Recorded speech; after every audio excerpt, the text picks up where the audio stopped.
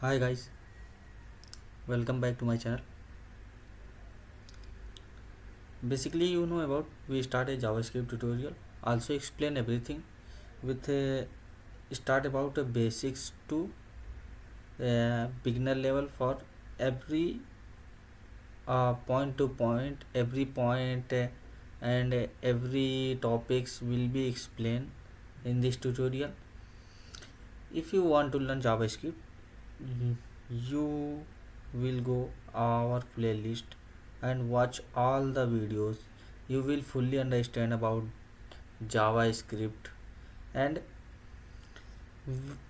we explain every concept in deeply explain, deeply explain. And also in this video we explain about conditional statement.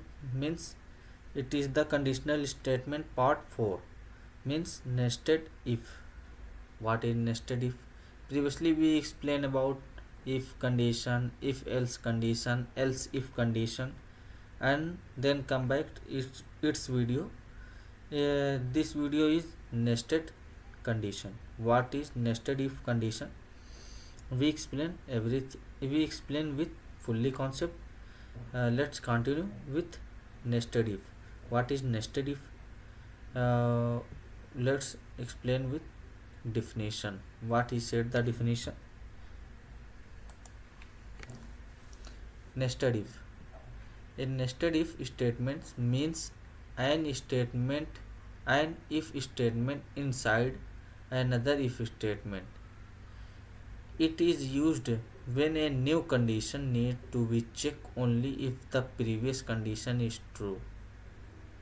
क्या कह रहा? Nested if statement एक condition के अंदर दूसरी condition चलना, ठीक है। एक कंडीशन के अंदर दूसरी कंडीशन होती है, ठीक है, उसको बोलते हैं नेस्टेड इफ। और it is used when a new condition need, जब हमें नई कंडीशन की ज़रूरत होती है, to be check if the previous condition is true. और पिछली कंडीशन जब ट्रू रहे तभी ये न्यू कंडीशन ऐड की जा सकती है, ठीक है। अगर कंडीशन ट्रू नहीं है तो उसको ऐड करने से कोई मतलब नहीं है। इसकी वजह से नेस्टेड इफ किया जाता है। What is flow? Flow can check condition 1, means firstly check condition 1. If condition true, check condition true. If the both true, run inner code block. उसके अंदर का कोड ब्लॉक चलेगा। ये है जैसे कि ये हमारा हो गया, ये कोड ब्लॉक चलेगा।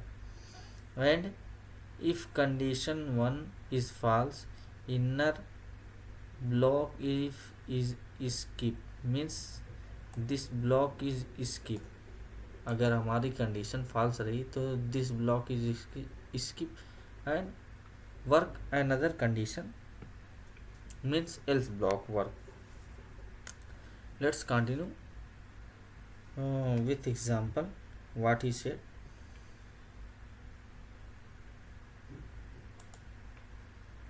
I will remove previous video.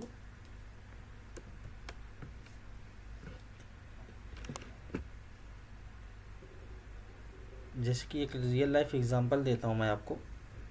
अगर तुम स्कूल के स्टूडेंट हो, अगर आप स्कूल के स्टूडेंट हैं, ठीक है, और तुम्हारी और आपकी अटेंडेंस 75% से ज़्यादा है, ठीक है, तो आप एग्ज़ाम दे सकते हो, ठीक है, तभी आप एग्ज़ाम दे सकते हो। अगर 75% से कम है तो आप एग्ज़ाम नहीं दे सकते। तो मीन्स नेस्टेड मतलब इसके अंदर एक कंडीशन के अंदर एक और कंडीशन मतलब जितनी भी कंडीशन चाहे हम लिख सकते हैं। तो ये फ़ायदा है नेस्टेड का। तो एग्ज़ाम्पल लेते हैं। लेट लॉगिन का हम देखते हैं। User log in equal to true.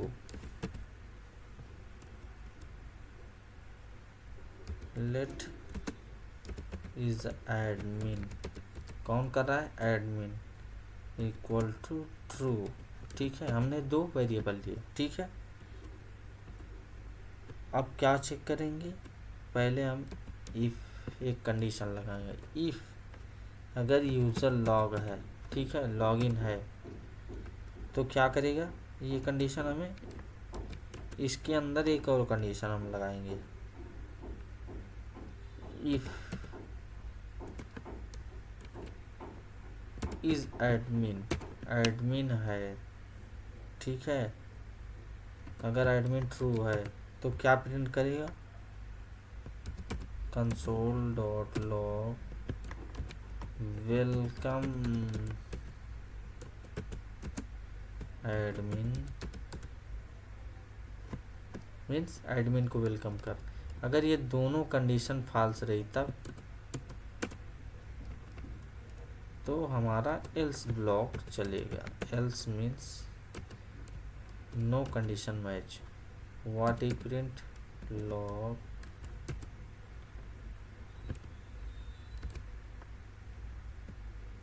Failed, simply fail. तो इस तरीके से हमारी कंडीशन चलेगी। इसको मैं प्रिंट करा देता हूँ क्योंकि हमारी दोनों ट्रू है, तो आउटपुट हमारा क्या आएगा, वेलकम एडमिन आएगा। This is our output, welcome admin, ठीक है। तो ये रहा, एक और एग्जांपल देखते हैं।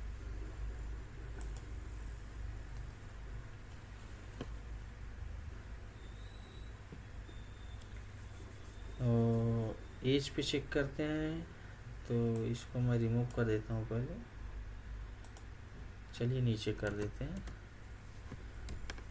Let age equal to 20, let has ID equal to true, ठीक है। एज हमने ले लिया और ID ले लिया,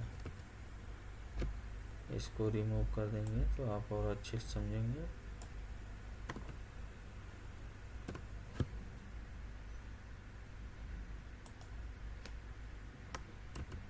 अब लगाते इफ कंडीशन,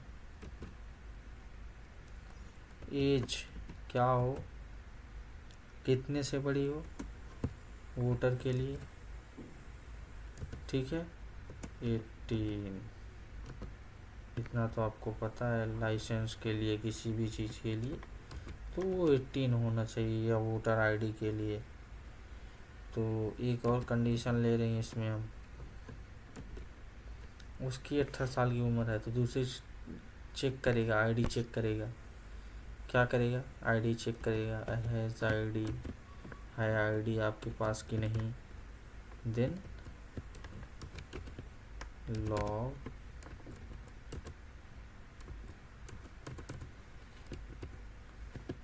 क्या प्रिंट करेंगे, यू आर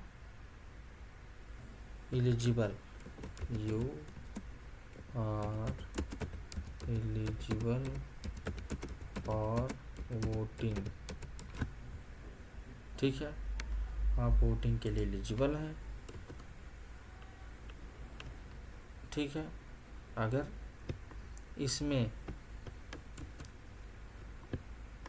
एल्स ब्लॉक भी रहता है, ठीक है, तो अगर हमारी एज ठीक है, प्लस है और ID नहीं है, तो हम क्या प्रिंट करेंगे, ये भी क्वेश्चन है, इम्पोर्टेंट है गाइस। तो हम यहाँ पे प्रिंट करेंगे, प्लीज कीप योर ID,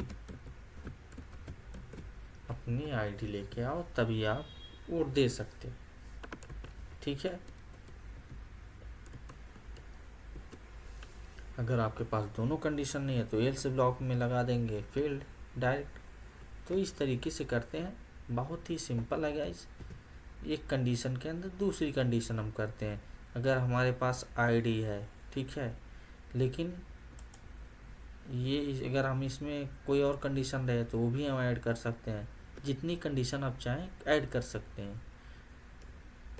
तो इसका आउटपुट मैं दिखा देता हूँ क्या कहेगा, you are eligible for voting. तो सिंपल है गाइस, ठीक है। आप लोग सब्सक्राइब करना मत भूलिए, ठीक है। बहुत मेहनत से वीडियो बनाई जा रही है, प्लीज़ गाइस सब्सक्राइब करके ज़रूर जाएं।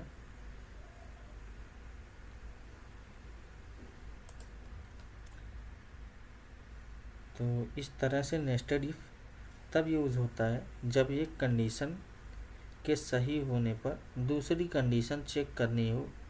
ये approach complex decision making situation के लिए काफ़ी यूज़फुल है, ठीक है। कॉम्प्लेक्स डिसीजन मेकिंग के लिए काफ़ी यूज़फुल है मीन्स, जैसे एक मैं एग्ज़ाम्पल देता हूँ। सोचो वो आप एयरपोर्ट पर सिक्योरिटी चेक करवा रहे हो, ठीक है।